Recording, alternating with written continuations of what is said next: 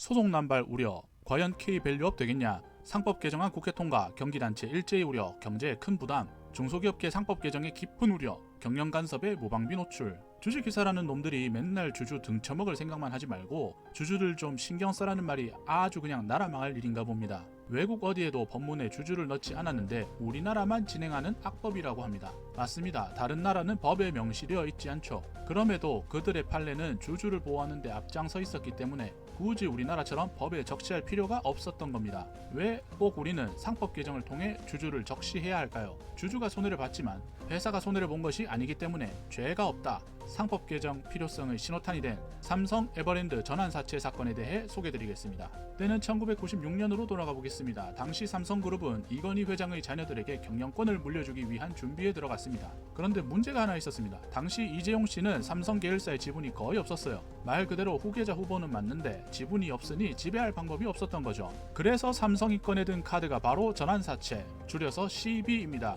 전환사채란 채권이지만 나중에 이것을 주식으로 전환할 수 있는 옵션이 붙은 상품입니다. 즉, CB를 싸게 사면 주식을 싼 값에 미리 확보할 수 있는 수단이 되는 것입니다. 이 전환사채는 주식으로 전환될 수 있기 때문에 기존 주주 입장에선 지분이 희석될 수 있는 아주 민감한 사안입니다. 예를 들어 총 주식수가 100만 주인 기업에서 전환사채 10만 주가 풀리고 그 전환사채가 주식으로 전환이 된다면 총 발행 주식수가 110만 주가 되기 때문에 기존 주주들은 앉은 자리에서 손해를 보게 되는 것이죠. 그리고 당시 이게 더 악랄했던 이유는 시장에서 15,000원대 하는 주식을 이 쿠폰 덕분에 7,700원에 확보할 수 있었기 때문입니다. 삼성 에버랜드는 1996년 총 125만 4,700주의 전환사채를 주당 7,700원에 발행했습니다. 그런데 그 당시 에버랜드 주식 시가는 약 14,825원, 거의 절반 가격에 준 셈이죠. 이 전환사채를 이재용 씨와 오너 일가가 인수를 했고 몇 년 뒤에 그걸 주식으로 바꿔서 에버랜드의 최대 주주가 됩니다. 그런데 기존 주주 입장에서는 어떨까요? 누군가에게는 싸게 주식을 몰아줬기 때문에 내가 가진 지분의 가치가 자동으로 희석이 된 것입니다. 시장보다 훨씬 싼 가격에 특정인에게 몰아줬다는 자체가 기존 주주들에게는 명백한 손해였습니다. 그리고 이 지분은 삼성전자 등 주요 계열사를 지배하는 지주회사 구조의 핵심이 되었죠. 그러면 여기서 중요한 질문 하나. 그럼 기존 주주들도 그 전환사채를 살 기회를 받았을까요? 정답은 X 아닙니다. 삼성은 기존 주주들에게 아무런 기회도 주지 않았습니다. 이걸 우리는 제3자 배정 방식이라고 부릅니다. 쉽게 말해서 우리는 그냥 이 사람한테 주고 싶어서 줄 거예요 라고 특정인을 찍어서 새 주식을 넘겨준다는 의미입니다. 주주 배정 방식은 주주들에게 먼저 살 기회를 주는 것인데 이 사건은 그조차도 하지 않았던 것입니다. 그렇게 해서 에버랜드의 전현직 이사들은 업무상 배임죄로 기소가 됩니다. 왜냐하면 이사들은 회사를 대표해서 의사를 결정하는 위치에 있기 때문에 가족 챙기기를 하면 안 되는 거거든요. 그렇다면 법적으로 결과는 어떻게 됐을까요? 결과는 1심은 유죄, 2심도 유죄였지만 결국 3심으로 대법원에서 법적 다툼 끝에 무죄를 선고받았습니다.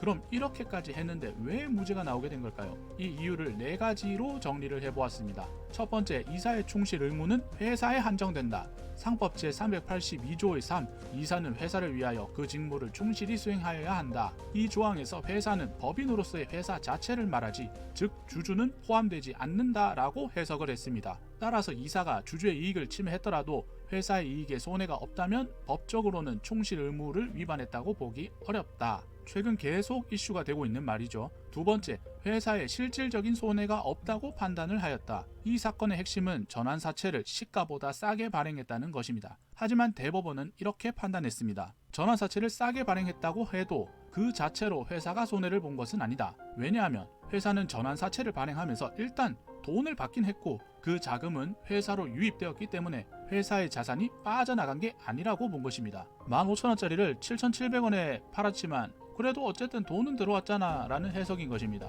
세 번째, 경영권 이전은 회사의 손해가 아니다. 이 사건의 실질적 결과는 삼성의 지배권이 이재용 회장에게 넘어갔다는 것입니다. 하지만 법원은 이렇게 해석했습니다. 경영권 이전은 주식을 많이 가진 결과로 발생한 부수적인 효과일 뿐 회사의 재산 자체에는 영향을 주지 않았다. 즉, 경영권이라는 것은 지분율의 결과일 뿐 회사 자산이 침해된 것이 아니기 때문에 배임은 아니라는 논리로 해석이 되었습니다. 마지막 네 번째, 주주에게 기회를 주지 않은 것은 불법이 아니다. 전환사채를 제3자 배정 방식으로 발행했기 때문에 기존 주주들에게 매수 기회조차 없었습니다. 하지만 법적으로 제3자 배정 방식 자체는 허용이 되기 때문에 기존 주주가 기회를 받지 못한 것은 법 위반이 아니다. 다만 제3자에게 줄 때는 시기와의 형평성이 중요하다. 그런데도 불구하고 대법원은 이사회 결의 절차에 문제가 없었고 회사에 손해가 없기 때문에 배임죄로 처벌할 수는 없다라고 판단을 한 것입니다. 이 모든 판결의 내용의 핵심은 딱 하나입니다. 법은 주주가 아니라 회사만 보호한다. 이게 지금 우리나라 상법의 현실입니다. 이런 판례 덕에 기업들이 주주배반적 행동을 하더라도 아무 페널티 없이 잘 먹고 잘 살다 보니 모 회장님께서는 이런 말을 하시는 게 아니겠습니까? 마무리해 보겠습니다. 그래서 왜 상법 개정이 필요할까요? 지금 상법 개정 안에서는 이사의 충실 의무 대상에 주주를 포함시키자라는 논의가 한창이었고 이게 통과가 되었습니다. 바로 이런 사례 때문에 법에 직접 주주를 명시하라고 하는 것입니다. 법적으로는 아무런 제재가 없는 현실, 우리가 이런 일에 다시 당하지 않기 위해서는 법의 관점을 바꿔야 합니다. 주주도 보호해야 한다. 지금 그걸 법에 써넣을 시간이 되었습니다. 우리의 상식이 통하는 투자 환경이 되기를 바랍니다. 영상이 마음에 드셨다면 구독과 좋아요를 부탁드리겠습니다. 더 좋은 콘텐츠로 여러분께 찾아뵙겠습니다. 취미는 노알이었습니다. 감사합니다.